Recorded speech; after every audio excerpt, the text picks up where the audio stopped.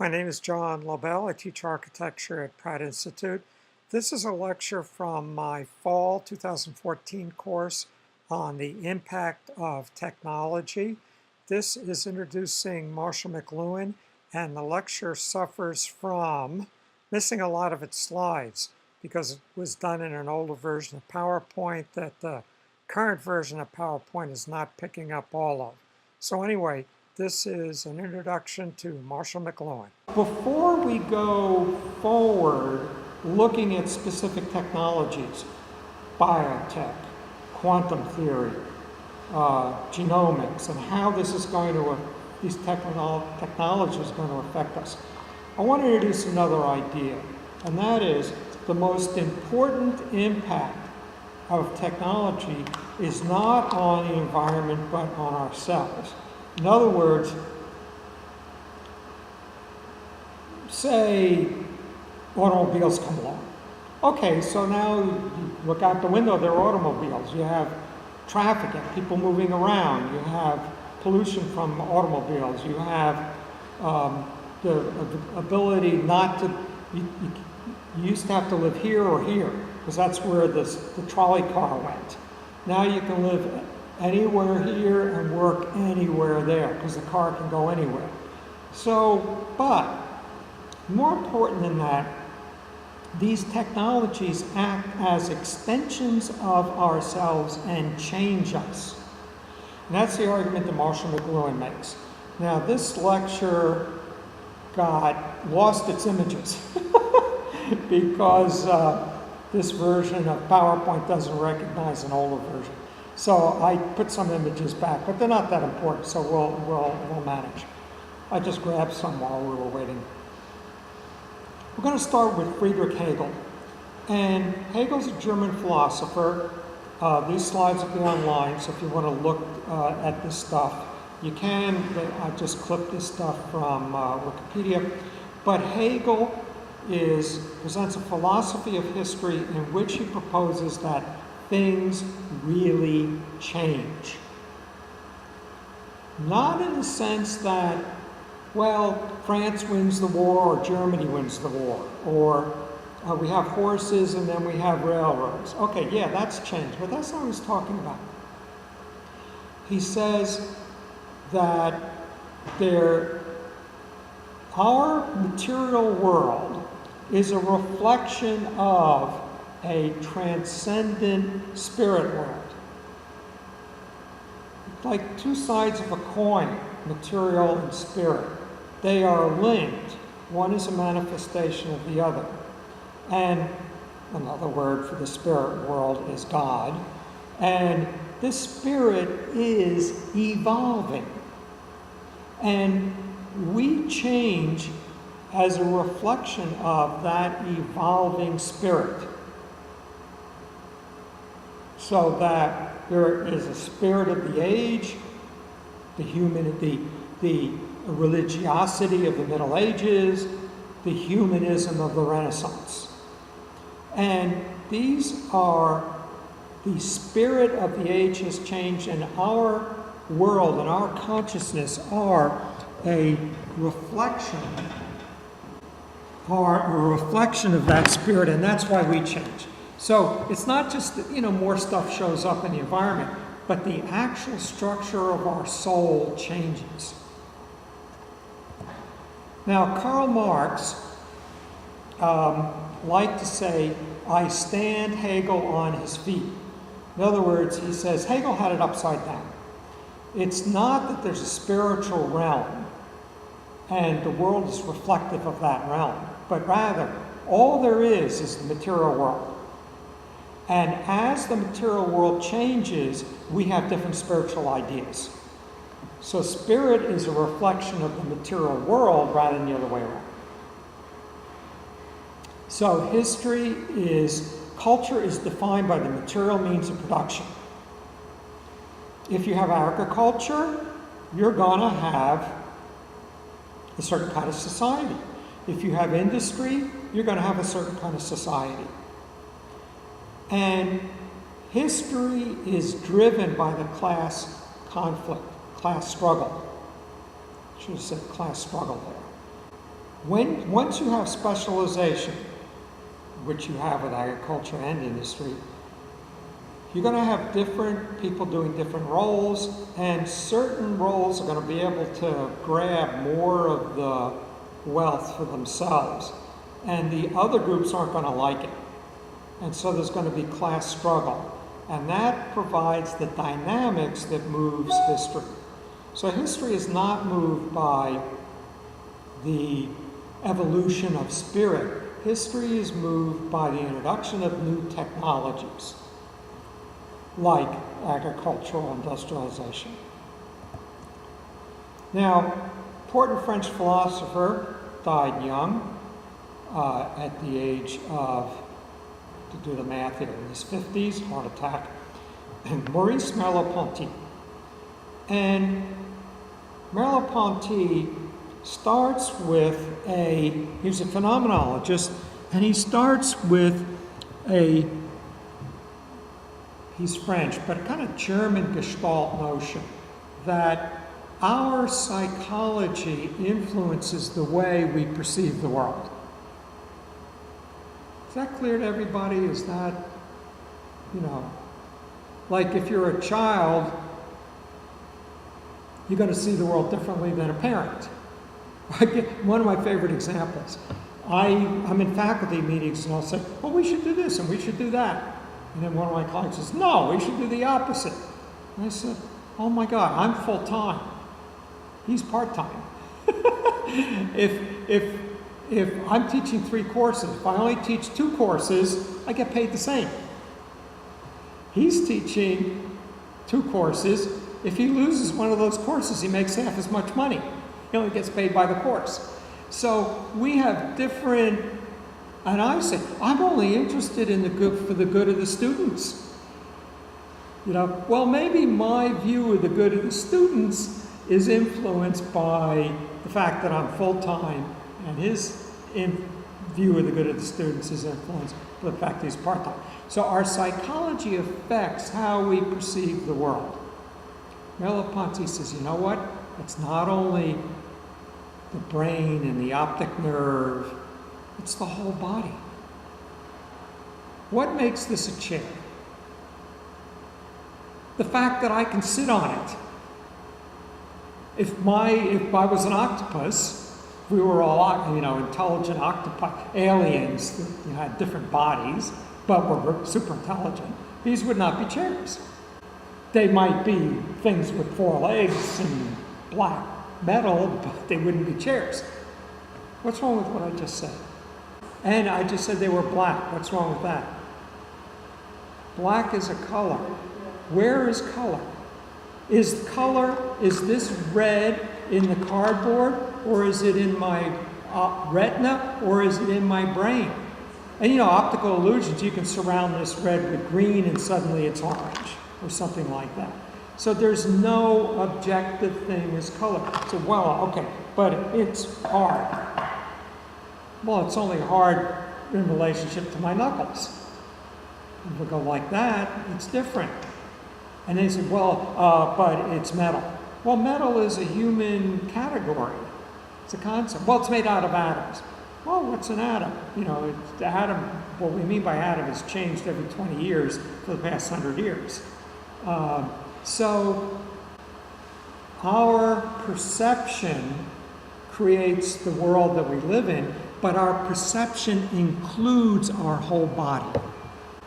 And then he says something interesting. So that door is wide because I weigh 160 pounds. If I weighed 300 pounds, that door would be narrow. Then he says, when you drive in a car, you say, I think I can get through. You absorb the car as part of yourself. So, not only is our subjectivity that makes the world what it is, our mind, but also our body, plus our technology. So, and that becomes Marshall McLuhan's point. Marshall McLuhan says, this creature, you got to look at it, is what it is because of the sum total of all its capabilities. Now I'm going to change those capabilities. Totally different. Then I'm going to totally different again. Okay? Now watch this. And then I go online, and, or I pop on the internet, and I'm looking into servers that are in Seattle, Washington or something. So McLuhan says first that media, McLuhan wrote a book called Understanding Media, The Extensions of Man. And so by media, he means all material means of production. The bicycle's a medium, the newspaper's a medium, the automobile's a medium. And he says all technology is ultimately media, and the body subject is changed by media. So what I can see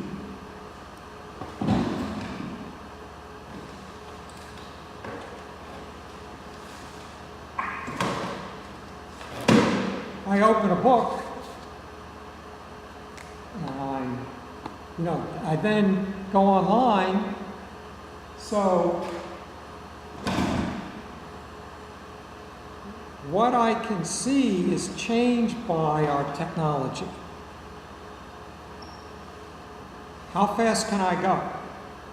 Well, am I running? Am I on a bicycle? Am I in a car? Am I on a train? Am I in an airplane? Each of these changes my ability to move around. Imagine a primitive tribe, and they're living in a rainforest. And then they develop a stone axe. Suddenly they're a different species.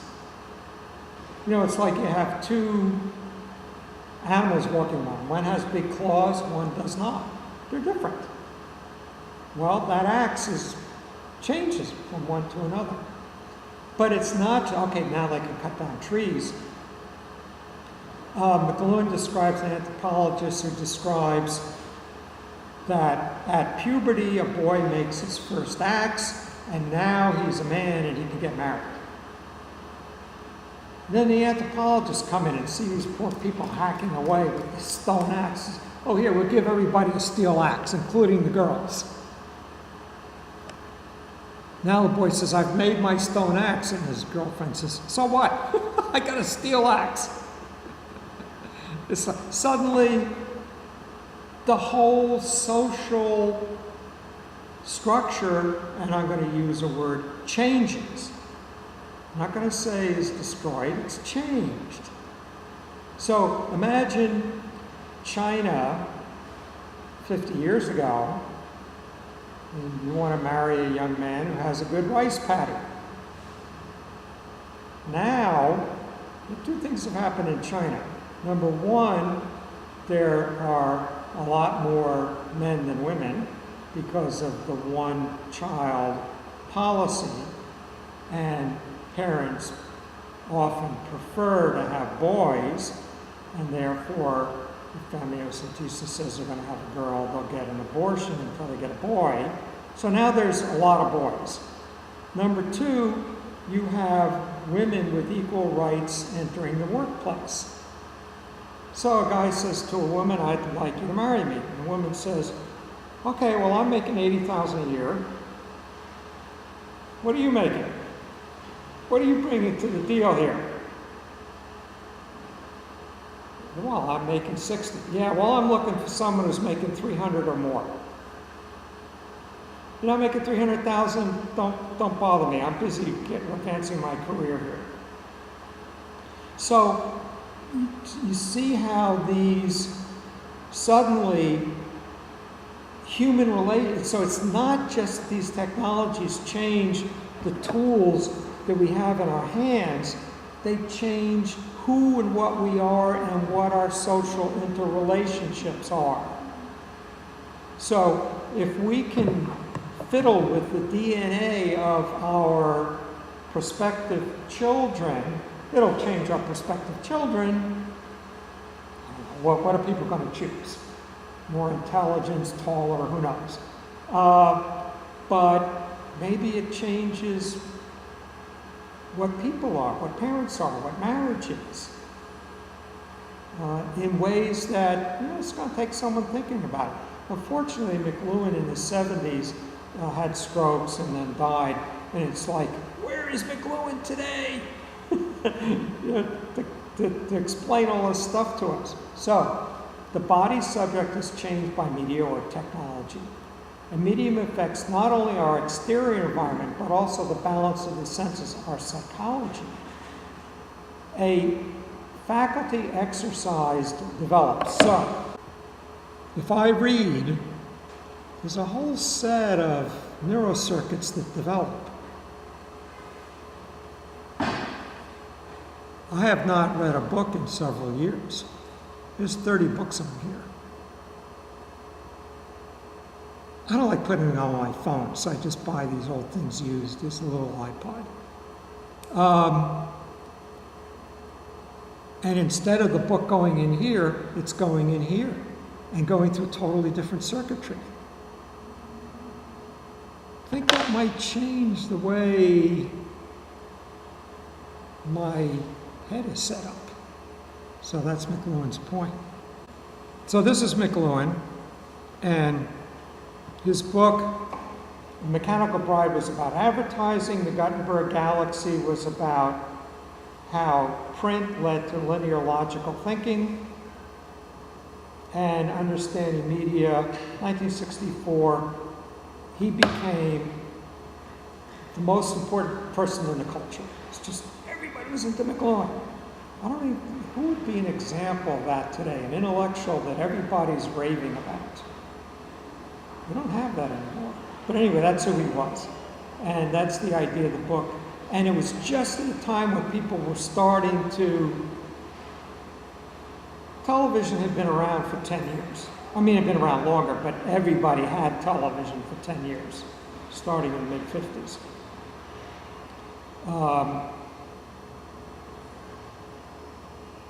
But mid-60s, people began to realize, what's this doing to us? And then color television had just started. And so McLuhan became associated with, what is this stuff going to do to us? CDAB, Professor McLuhan says that the environment which man creates becomes his medium in which his role is defined. The invention of printing created linear logical thinking.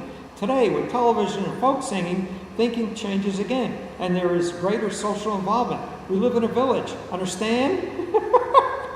So there's this hippie kid with his guitar explaining this to his literate father who's surrounded by all these books, and the name for it was the generation gap. I don't think we really have that anymore, but there was this generation gap. There was these parents were literate, grew up with books, and there were kids who grew up with television, and it was like, how many people have seen Modern Family? So it's not, it's parents and kids, but it isn't like they're different species. In the 60s, they were different species. In Modern Family, it's just the kids are younger, but they're no different from the parents. In fact, I don't even know who's who. The guy who's married to the blonde daughter of the older guy. The couple with the 3 kids, the 2 daughters and the son. The father's as much a kid as the kids are. He's no different. He's just a big kid. So, print, the old media, led to a human-centered world. Think about a book. A book is something that somebody thinks about. I just finished a book on creativity. It's with the proofreader right now. So I'm interested in creativity. I don't think people really understood creativity. So I think about it. And I pull together various ideas that I have. And it's maybe a 2 or 4 year period that I work on this. The actual writing might be a year. But me, from my point of view, looks at something intensely for 2 years. I then put it in a book. The book is then read by other individual people who follow my argument and either do or do not agree with what I'm saying.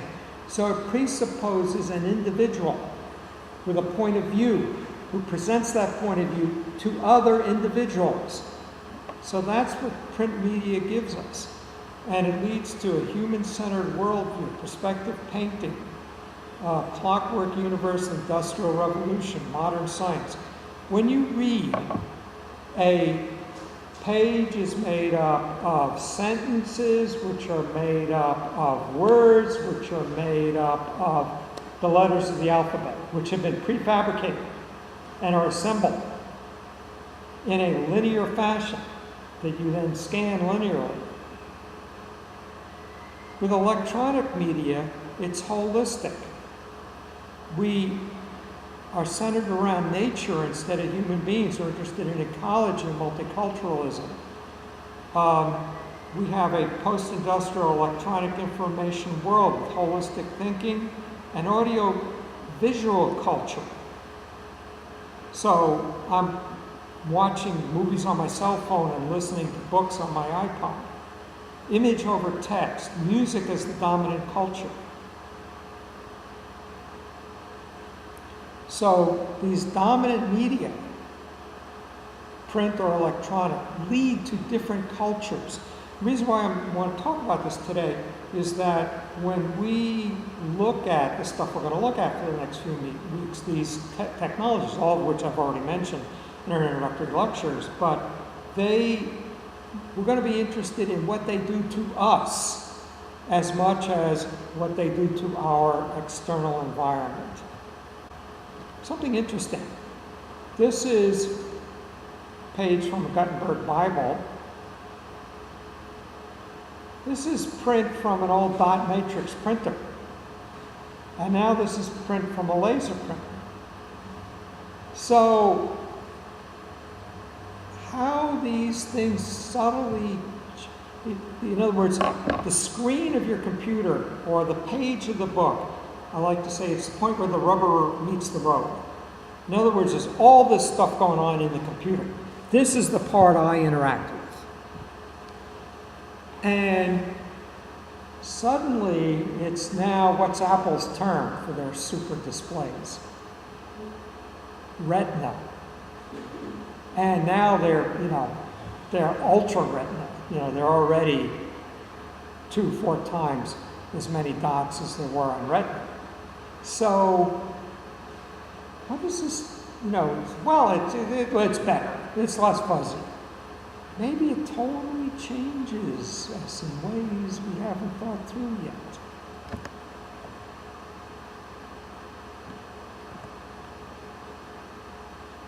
So print led to perspective, a person's point of view. I position myself here to see the thing. Here's a perspective painting by Vermeer. Electronic media, watching TV, we exercise parts of the brain that peripheral vision goes to. Talk more about this, but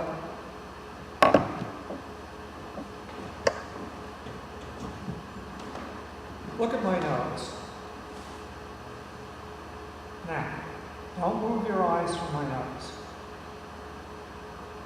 How many fingers did I put on? 3. It was 2. But the point is, it's in your peripheral vision. The peripheral vision goes to a part of the brain that can't count. It sees holistically, but not individualistically. The peripheral vision is very capable. If you start focusing on the license plate of a car in front of you, you say, oh my God, and you quick go back to peripheral vision. And in peripheral vision, if a kid steps off the curb over there, you immediately catch it. You can't count, but you know what to do. So your peripheral vision is very powerful, but it's totally different than the 3 spherical degrees fixed focus center of vision, which you use in reading. Anybody ever study speed reading? So it was originated by a woman named Evelyn Wood. So years ago I took the Evelyn Wood speed reading course. In speed reading, it's not that you read faster. Here's how you read. You take a whole week on just how to turn the page. Could you read like this?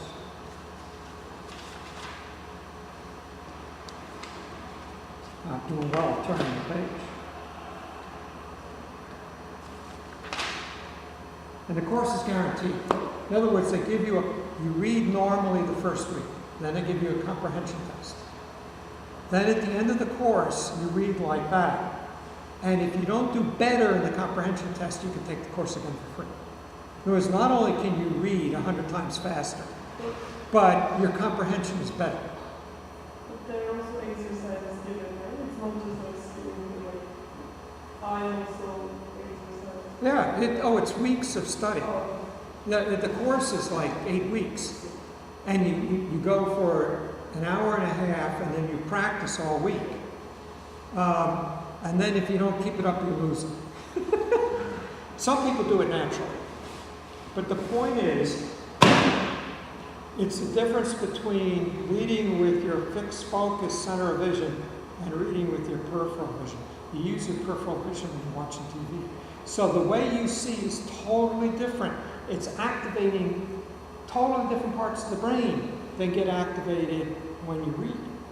And when you activate something, it gets stronger, it becomes more dominant.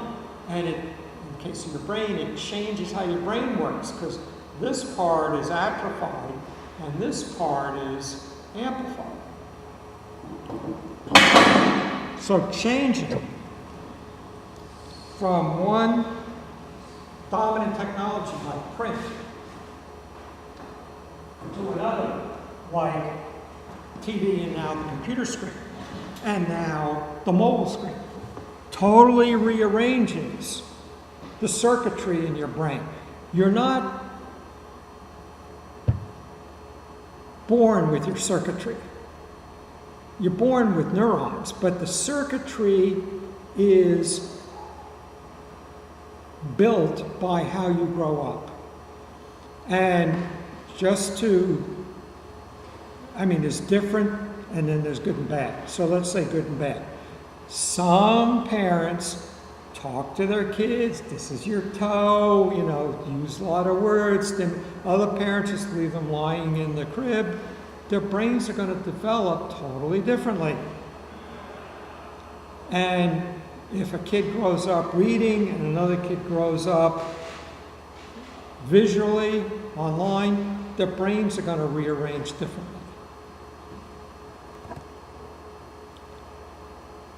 So it's just a few years ago, this is the first computer on a chip, the microprocessor, came out in the 70s. These things are new. How many transistors are in a contemporary chip?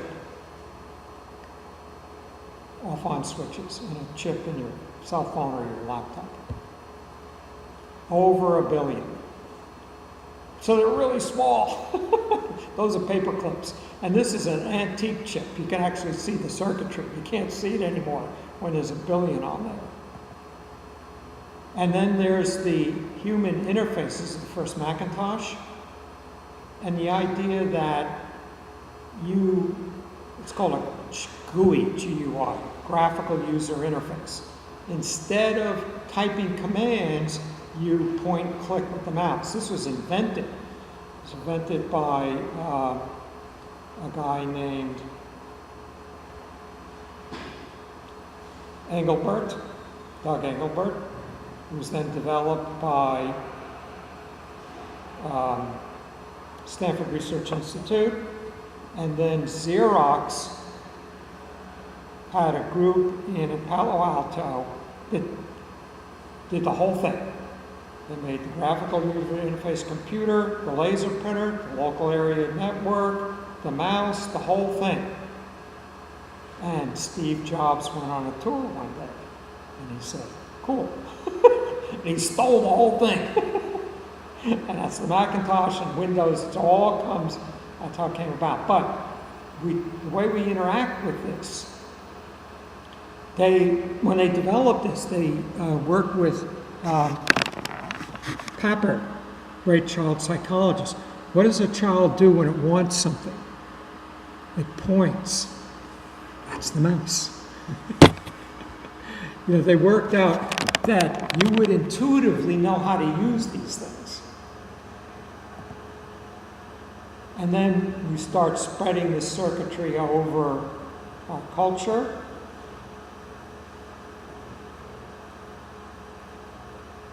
So, understanding this principle, what will be the effects of our new digital media, computers, internet, PDAs, cell phones?